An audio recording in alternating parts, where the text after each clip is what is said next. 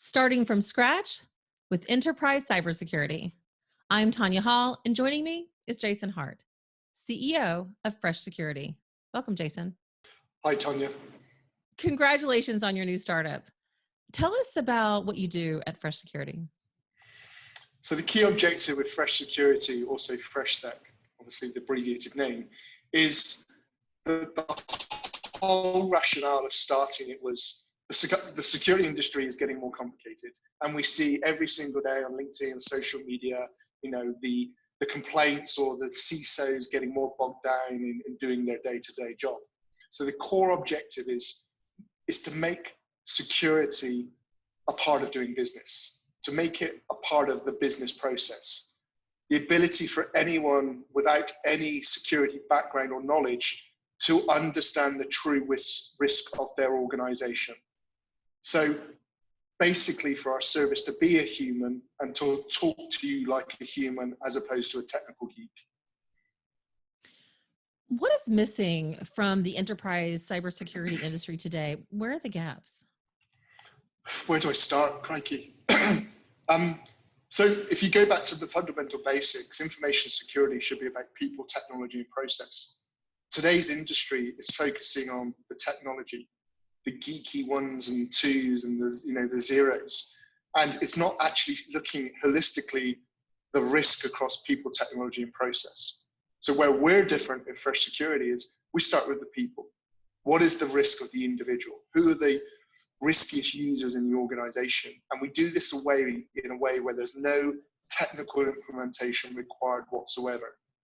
Just with a single click or a single email, we can give you an instant visualization of the whole organization and which individuals are at risk within minutes.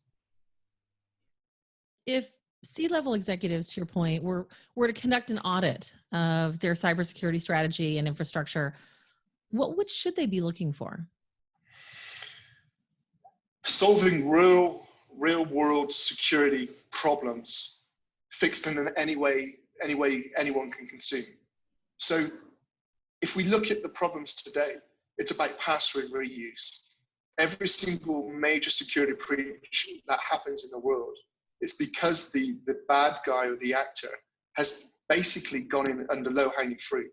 He's done the basics.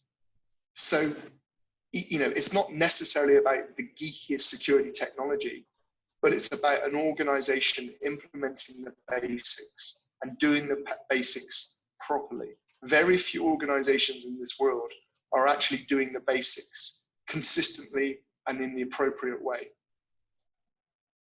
Are the threats that are there greater from the outside or from the inside of the organization? Great question.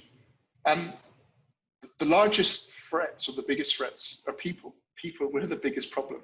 Technology is there, technology can solve problems. The existing technology in the organization that they have can solve the problems to prevent the breaches. And then you've got processes. So it comes down to people and processes. The combination of not the people and the process not doing the right thing causes the weakness. And that's what we do. We identify those problems. Everyone knows that new software and systems always have bugs, right? So how does a new cybersecurity company test itself to find out and eliminate any bugs in its own systems? Yes, so we're doing things totally unique. We're turning the whole industry upside down, and I'll give you some instincts. So the platform that we're using it's what we call serverless technology. So the ability for us to scale, iterate, extremely, we can do that very, very quickly.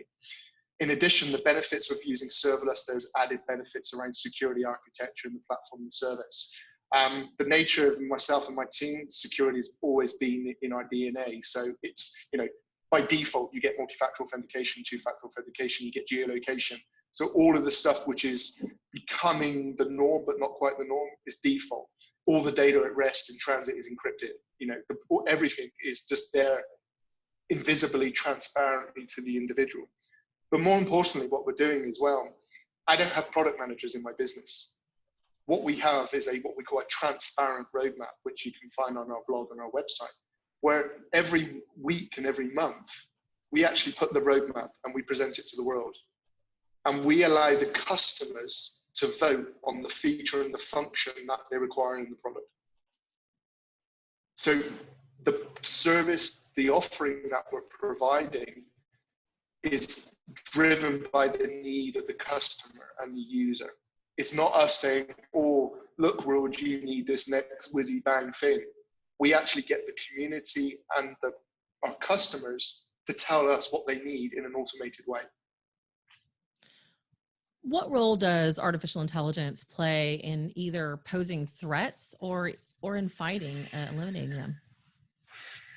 Well, I think it works both ways. So from an attack vector being used within attacks and to conduct attacks, the ability to aggregate, look at data, look at patterns. From an attacker's point of view, what if the attacker could get a holistic view of an organization, of all the people and all the individuals in their business life, and then suddenly at the same time map that to their personal life? You have this cross-pollination of risk between the personal and business life, and then take that information to start targeting the individual, either in their personal and their business life. That's from an attacker's point of view. From a business perspective and a security point of view, again, we can do the reverse of that. We can look at those holistic elements between business and personal life and look at the heat maps to identify individuals in the organization who are more susceptible. Jason Hart, CEO of Fresh Security.